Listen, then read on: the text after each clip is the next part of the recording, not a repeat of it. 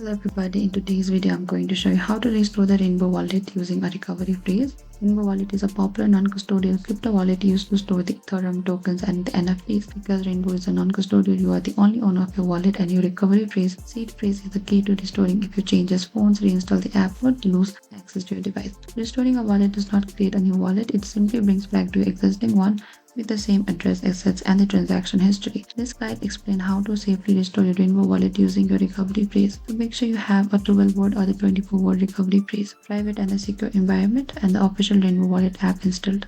So over here, once you reach into this interface of the Rainbow wallet, you need to open and select to this option that says import or connect wallet. Over here, you can either import with the secret recovery phrase, select to this first option here. But if you want to connect with the hardware wallet or the Ethereum, you can do that as well. Over here, select the import from a secret recovery phrase. So simply enter your recovery phrase, enter the word exactly in the original order, and create a new passcode.